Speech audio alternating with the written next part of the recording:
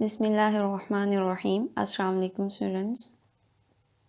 Today we are going to start chapter number first. It is regarding basic concepts of chemistry. 9th class chemistry chapter number first.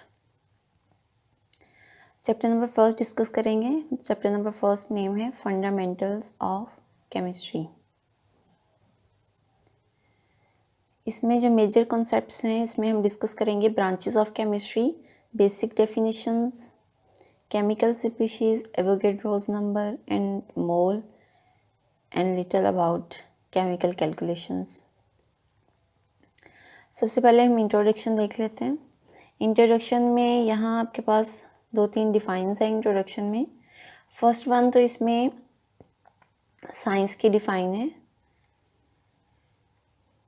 कि science actually होती क्या है. The knowledge that provides understanding of this world and how it works is called science.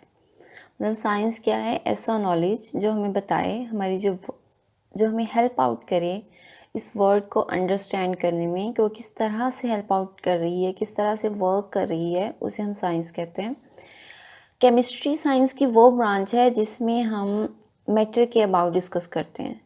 चाहे वो हम matter की composition discuss कर रहे हो, मतलब वो किस तरह से बना हुआ है, वो स्ट्रक्चर क्या है, उसका प्रॉपर्टीज़ क्या हैं, रिएक्शंस क्या हैं, वो सारा कुछ हम डिस्कस करते हैं केमिस्ट्री में.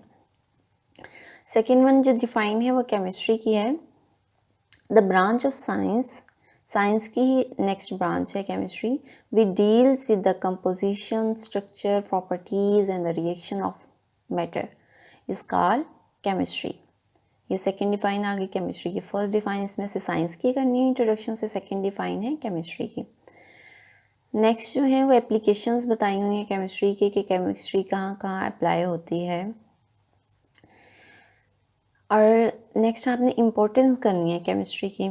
इम्पोर्टेंस जो है केमिस्ट्री की यहाँ से करनी है. केमिस्ट्री हमें क्या क्या प्रोवाइड करती है? केमिस्ट्री हेल्प आउट करती है.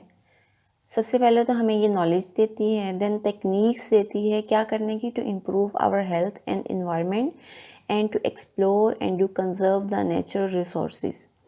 एक तो सबसे पहले हमें इंफॉर्मेशन देती है. इंफॉर्मेशन के बाद हमें ऐसी टेक्निक्स देती है जिनको यूटिलाइज़ करते हुए हम अपनी हेल्थ और अपने इन्वायरमेंट को इम्प्रूव कर सकते हैं. और इसके अलावा ऐसी टेक्निक्स भी देती है जिससे हम अपने नेचुरल रिसोर्सेज को कंजर्व कर सकते हैं. कंजर्व करना मतलब सेव कर सकते हैं. आज हम केमिस्ट्री की डिफरेंट ब्रांचेस को डिस्कस करेंगे. सबसे पहले हम देख लेते हैं केमिस्ट्री का रोल कहाँ कहाँ है. Cooking, batteries, food, paper, pills, soap, petrol, concrete, plastic, clothes, cracker, इन पेपर, ये हर जगह, मतलब जहाँ भी मैटर की एग्जिस्टेंस है वहाँ केमिस्ट्री का रोल होगा. और मैटर की एग्जिस्टेंस तो हर जगह है. हर चीज़ किसी न किसी मिल के बनी हुई है. कोई भी चीज़ जिसकी एग्जिस्टेंस है वो मैटर है, और जहाँ पे मैटर है वहाँ पे केमिस्ट्री इन्वॉल्व है. सबसे पहले हम फर्स्ट ब्रांच देख लेते हैं. फर्स्ट ब्रांच है फिज़िकल केमिस्ट्री. फिज़िकल ऐसी ब्रांच है केमिस्ट्री की जिसमें हम कंपोजिशन को डिस्कस करते हैं और फिज़िकल प्रॉपर्टीज़ को डिस्कस करते हैं मेटल की. मेटल की जितनी भी फिज़िकल प्रॉपर्टीज़ आती जाती हैं जिसमें हो सकती है बिहेवियर, हो सकता है गैसेस लिक्विड का, या टेम्परेचर का इफ़ेक्ट, रेडिएशंस का इफ़ेक्ट, कोई भी ऐसा चेंज जो हम फिज़िकली अप्लाई करते हुए मैटर को डिस्कस करना चाहते हैं उसको हम फिज़िकल केमिस्ट्री में डिस्कस करेंगे. सेकेंड वन है ऑर्गेनिक केमिस्ट्री. ऑर्गेनिक केमिस्ट्री है covalent bonds, covalent compounds of study of covalent compounds of carbon and hydrogen and their derivatives. मतलब अगर हम जस्ट कार्बन और हाइड्रोजन और उससे अलावा उनके जो डेरिवेटिव्स होते हैं उनकी केमिस्ट्री को स्टडी करना चाहते हैं तो हम ऑर्गेनिक केमिस्ट्री को स्टडी करेंगे. ऑर्गेनिक केमिस्ट्री में स्टडी करेंगे इनको. अगर ऑर्गेनिक कंपाउंड्स के अलावा, मतलब कार्बन हाइड्रोजन के कंपाउंड्स अलावा बाकी जितने एलिमेंट्स हैं जिसमें कार्बन हाइड्रोजन इन्वॉल्व नहीं है उन सब की स्टडी हम इनऑर्गेनिक में करेंगे. ऑर्गेनिक केमिस्ट्री क्या है? Is the study of covalent compounds of carbon and hydrogen and their derivatives. Scope क्या है इस ब्रांच का? Scope of this branch covers petroleum, petrochemicals and pharmaceutical industries. ये सारा किस में आ जाएगा, ऑर्गेनिक केमिस्ट्री में। थर्ड वन है इनऑर्गेनिक केमिस्ट्री। ये जो ब्रांचेस है इसमें एक तो आपने डिफाइंस करनी है और एक इनका स्कोप करना है। जस्ट कंप्लीट करने की ज़रूरत नहीं, बस इनकी डिफाइन क्या उस ब्रांच की उसका स्कोप कहाँ का है, स्कोप है या एप्लीकेशन है, वो करेंगे। इनऑर्गेनिक केमिस्ट्री, ऑल एलिमेंट की study except compounds of carbon and hydrogen, उनको हम क्या करेंगे, इनऑर्गेनिक स्टडी। इसकी एप्लीकेशंस कहाँ कहाँ हैं, ग्लास, सीमेंट, सिरेमिक्स, मेटलर्जी, इन सब इंडस्ट्रीज़ में कौन सी ब्रांच इन्वॉल्व होगी, chemistry, inorganic chemistry. Biochemistry, chemistry की कंप्लीट डिफाइन, मतलब जो हम पढ़ रहे हैं कि study of composition, properties, chemical reactions of matter, तो उसमें सिर्फ इतना आपने इजाफा करना है, वो सारा कुछ आ जाएगा। लेकिन अगर ये सारा कुछ जो हम स्टडी कर रहे हैं वो लिविंग ऑर्गेनिजम्स में हो तो उसे हम बायोकेमिस्ट्री कहेंगे। बायोकेमिस्ट्री क्या है, branch of chemistry in which we study structure, composition and chemical reaction of substances found in living organisms. This branch is called biochemistry. इसका भी स्कोप कर लेते हैं या एप्लीकेशंस कर लेते हैं। Examples of applications of biochemistry are in the field of medicine, food sciences and agriculture. उसके अलावा जितने भी हमारे केमिकल रिएक्शंस हमारे इर्द गिर्द हो रहे हैं, चाहे हम फोटोसिंथेसिस डिस्कस कर रहे हैं, चाहे हम रेस्पायरेशन, चाहे डाइजेशन, चाहे हमारी ब्रीथिंग प्रोसेस, जो भी मैटर कंपोजिशन, जो भी केमिकल रिएक्शन हम किसी लिविंग ऑर्गेनिज्म में स्टडी करेंगे तो उसको हम उस ब्रांच को हम क्या नेम देंगे, बायोकेमिस्ट्री। नेक्स्ट है इंडस्ट्रियल केमिस्ट्री। इंडस्ट्रियल केमिस्ट्री है मैन्युफैक्चरिंग ऑफ केमिकल कंपाउंड्स। कोई भी केमिकल कंपाउंड, कुछ भी जो इंडस्ट्रियल लेवल पे हम प्रिपेयर कर रहे हों, जो कमर्शियल लेवल पे प्रिपेयर कर रहे हों, लार्ज स्केल पे प्रिपेयर कर रहे हों। दो तरह की प्रिपरेशन हो सकती है, एक लेबॉर्ट्री लेवल पे और एक कमर्शियल लेवल पे। तो ऐसी प्रोडक्शन जो कमर्शियल लेवल पे हो उसे हम क्या कहते हैं, उस ब्रांच, जिस ब्रांच में हम ज़्यादा सारा स्टडी करेंगे उस ब्रांच को कहते हैं industrial chemistry. The branch of chemistry which deals with the manufacturing of chemical compounds at commercial scale is called industrial chemistry. अब हम इसकी एप्लीकेशंस देख लेते हैं।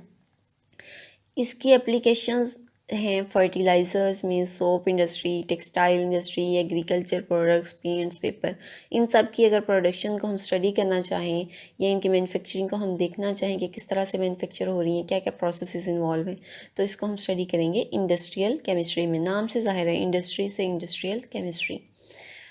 सिक्स्थ वन है न्यूक्लियर केमिस्ट्री। ऐसी ब्रांच जिसमें हम एटम के न्यूक्लियाई को पढ़ें।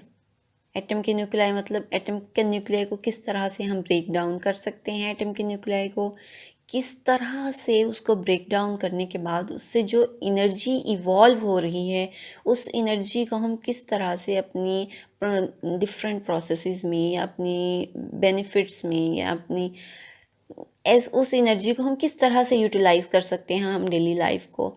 और वो जो रेडिएशंस हैं या रेज़ हैं, रेडिएशन जो भी वहाँ से मूव आउट हो रहे हैं उनको हम यूटिलाइज़ किस तरह से कर रहे हैं, उनकी क्या प्रॉपर्टीज़ हैं, वो किस तरह से बिहेव करती हैं, किस तरह से मूव करती हैं, उन सब को हम स्टडी करते हैं न्यूक्लियर केमिस्ट्री में।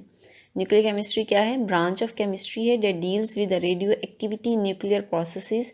रेडियो एक्टिविटी से रिलेटेड हो, radio activity study of radiations, nuclear process से रिलेटेड हो या प्रॉपर्टीज़, इसमें हम क्या करते हैं, किस में स्टडी करते हैं, उसे न्यूक्लियर केमिस्ट्री में।